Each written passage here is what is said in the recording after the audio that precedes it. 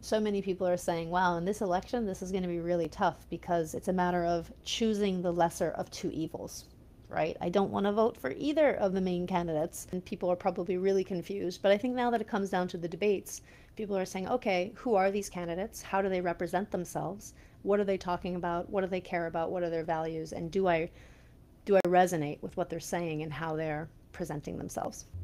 Using that as a medium for us to evaluate how we show up when we are talking to other people, potentially when we are debating with other people, when we are showing up for interviews or for meetings or for presentations.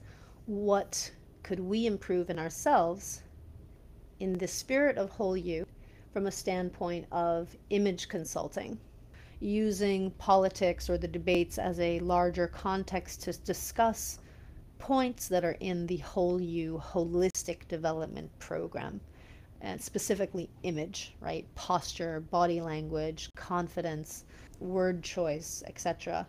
Some of the nonverbal cues that we saw and the characteristics that consciously or subconsciously did affect our opinion one way or the other about which candidate we resonated with. Let's start out with the content. Honestly, I can see why people are very drawn to Donald Trump.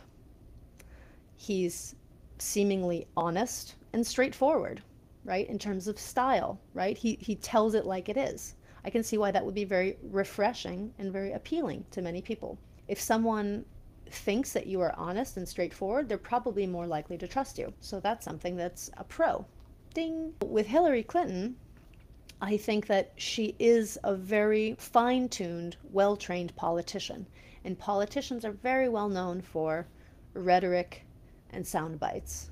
Now, she's very well spoken, but you can detect, a lot of sound bites and rhetoric being repeated. People might be wary of things that seem a little bit canned. When people think that you're scripted or reading off a teleprompter, even, they feel that you're not as genuine. But you obviously want to be prepared. So it's a kind of balance. I'm prepared with notes, but I'm also going to try to have some spontaneity. Overall character. Donald Trump is clearly a businessman. Business matters to him. Money matters to him. That's who he is, and he's not trying to hide it. And he would treat the presidency or this country as a business, running a business, helping people make money. Sometimes people think capitalism is a dirty word, and sometimes people are like, well, capitalism is actually a good thing. We wouldn't have jobs if there wasn't for capitalism, right? Everyone needs to pay their bills, make a living, and so capitalism makes the world go round. Now, it's hard to avoid the topic of character when we're talking about Donald Trump, the intolerance, right? That's something that's come up over and over again, and for good reason, for very good reason.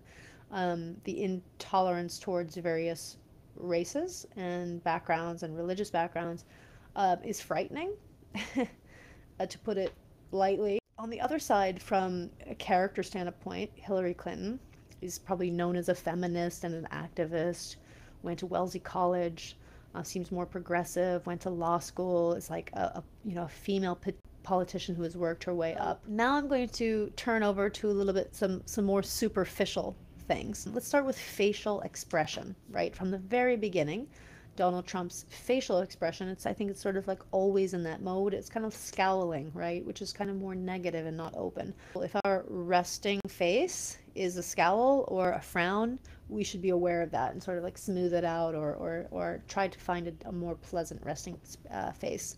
In fairness, I think Hillary Clinton has also been known for kind of a resting, a resting face of being kind of stoic and cold, stone-faced. And I think that that's maybe how politicians in the States or across the world have been trained to be, like tough and stoic.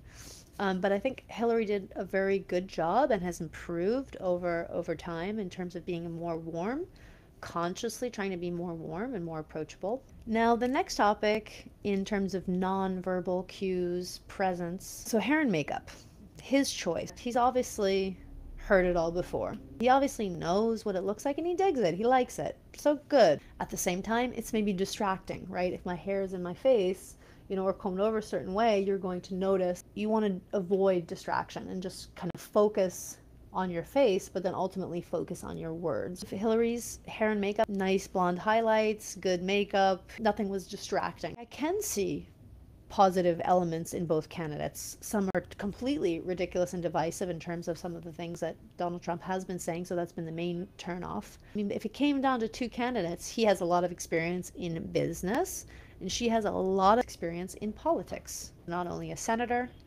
a Secretary of State, former First Lady, in the White House. And I know last night Donald Trump said, well, she might have experience, but it's bad experience, and she's made bad choices. And I've definitely heard the claims of that, and it is a good point. But it's, again, very healthy to see both points of view and to respect other people. That's why wars happen, why conflict happens, because we can't see our opponent's point of view, or the other person in the room, or your spouse, or your partner, or your coworker, right? So that's why healthy debate is a very positive thing. What I have observed, again, lesser of two evils, I will be voting for Hillary Clinton.